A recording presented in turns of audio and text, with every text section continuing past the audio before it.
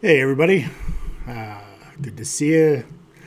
Let's make sure we got some people coming on. Got some people coming on. Just type yes if you can hear me, and yes if you don't want me to sing. By the way, as usual, we'll delay, so let's wait a few seconds before we get rolling. All right, so let's see here. We should be good to go. Yeah, I think we're good. So, hey everybody, Johnny Boy here from I Offer Solutions. And what I want to do today is talk to you a little bit about making sure that you and your family are protected when you get into a rent-own. The main thing we're going to focus on is a question that keeps popping up is what contracts do I need when I'm going to enter into a rent-own? Okay. So before we get started on that, maybe you're a longtime viewer, maybe you're just joining me. Doesn't matter. If you're serious about getting into a home today, and the banks have already turned you down from a mortgage, then you might very well like the book I wrote called "How to Buy a Home for $100 Down, Even When the Banks Say No." If that is of interest to you, then maybe head over to buyfor100down.com.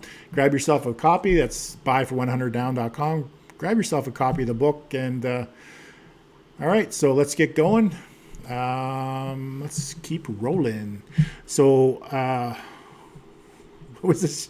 What was I talking about again? Oh yeah. So when it comes to protecting your interest in a rent-own, just a brain fart. Protecting your interest in a rent-own. What we need to know is, we all need to have contracts designed specifically for rent-own. Okay, but the biggest question that I keep getting, and I think this stops a lot of people from actually entering into rent-owns, definitely holds them back, is they don't know how to protect themselves properly when they're going to get into a rent-own. So they don't know what kinds of contracts they even need or where to even get them from. And you know what? Like that's really, I don't want to say, it's really serious, and it's a great question. And it's one of the ones I get all the time because people are really worried. Things can go wrong during a rent-own. What happens if things go wrong? What happens? They're not going to be protected. They're not going to have their interest in the property protected. These are a lot of things people worry about, and it all makes sense. But here's the thing: when it comes to rent-own contracts, there's actually 3 separate agreements. So there's 3 separate contracts that you need to have when you're entering into a rent-own. And by making sure that you have these 3 contracts, you're going to go a long way to protecting yourself. Okay, so the first contract you need to have is an actual rental agreement. Okay, so the Resident Tenancy Act in each province actually governs all resident tenancy agreements. So it covers all of the landlord tenant situations, and it cannot be superseded by any other document, any legal contract. So what you can do is actually you can just use the provincial resident and landlord tenancy board agreement that's approved by your province. You can just use that because whatever it says in the Resident Tenancy Act, whatever it says in there prevails regardless. So it doesn't matter what type of agreement you have when it comes to rental agreement, whatever the act says, it's going to prevail. So you can just use your standard rental agreement for your province. And that'll work perfectly fine. The second contract you need to make sure you have is a sales contract. And here you can just use the same contract that the realtors use when you're either buying or selling a home in your province. You don't need to use a realtor. I'll be very clear. You don't use a realtor whatsoever. You can just have your lawyer prepare the sales contract for you. They'll just use the typical sales contract that they use in whatever your province you live in. So that's the second contract. Now the third one is the most powerful, and it's a specialized contract, and it's called an option contract. This gives you the option to buy the home from the owner, and it sets out all of the terms of the arrangement between you and the owner when it comes to buying the home. So those are the 3 contracts that you need. The third one is the most specialized and it's the most powerful. The other 2 you can typically get in your province, like I said, your tenancy board, or with your lawyer can get the purchase contract. they all need to abide by the Resident Tenancy Act of whatever your province is, the Property Act of your province and the country. They have to, work with the banks and the mortgage insurers like CMHC. They have to have things in them that, obviously, if you're going to go to a bank to get a mortgage, they want to see certain things in the agreements as well. So your agreements need to abide by those four places: Tenancy Board, Property Act, banks, and the mortgage insurers. So you want to find a lawyer that understands the process when it comes to rent own, what's required and what needs to be in place to satisfy all the parties involved, and that can be a little bit tricky. So it may take a little bit of searching to find a good lawyer. So I'll tell you my story about the contracts in just a second. But like I said, if you're interested in getting into a home and the bank has turned you down, then the book that I wrote, How to Buy a Home for $100 Down, even when the banks say no, like I said, if you're serious about getting into a home and the banks have turned you down, it might be something that is of interest to you. Obviously, you still need to have the income to support a mortgage, but head over to buyfor100down.com, grab yourself a copy.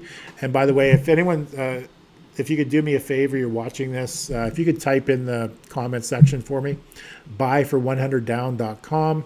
That's buyfor100down.com. And the comment section, that will help everybody out and make it a lot easier for them to find the URL. That's greatly appreciated. So, this is a real story about an individual who had rent-own contracts with the owner. And I think this was in 2006, 2007. I actually know the person. I'll refrain from using their name, but I know the person who had this agreement. 2006, 2007, that's really at the height of the housing market. About 6 or 12 months later, it all came tumbling down and it crashed. So, of course, leading up to that point, we all know houses were rising at a rapid rate and just going up every single day. House prices were going up. And of course, no one knew what was going to happen in the future. All they knew was house prices were going up and up and up. And when this particular house started going up, the price started going up dramatically. The tenant in the home that had the rent own, they felt really good about this deal. They're going to end up buying this house at $60,000, $70,000 below what the market says it's worth at that point in time. It was a 3-year rent to own. And when the owner realized that what they'd have to sell their house for, and they were going to lose out on all that potential money, obviously they didn't want to sell the house. So the homeowner hired lawyers. They ended up going through these particular contracts, and they found a passage in the Property Act that goes back to the early 1900s that says the leasee and the optionee cannot be the same individual, which means to legally do it right, the option needed to be held in a corporation or a shell company, while the lease is held in your personal name. But that wasn't the case here. Both agreements were in the same name for the tenant. So when it went to court, the owner was actually able to walk away without selling the house to the tenant. So it's reasons like this that several years ago, the individual that was actually part of that arrangement is someone that I'd worked with very early on when I started my business. So it's reasons just like this. We spent over 40 hours finding Canada's top options lawyer, getting custom contracts created for our business. We invested over $20,000 to get these agreements done for our business. So we are up to date with all the laws and the rules and the regulations and what the bank requires and the mortgage insurance company requires, so that we know that we'll never be in that, with our agreements, we'd never be in that situation of not knowing what's required. So the moral of that story is it's very important for you to use contracts, to go to a lawyer who understands the rent-own, who has a lot of experience in rent-own contracts, so you can protect yourself, your money, your interest in the home, all of that stuff. And a lawyer who actually knows what they're doing. They're generally going to charge, $1,500, give or take, for putting all the paperwork together for you.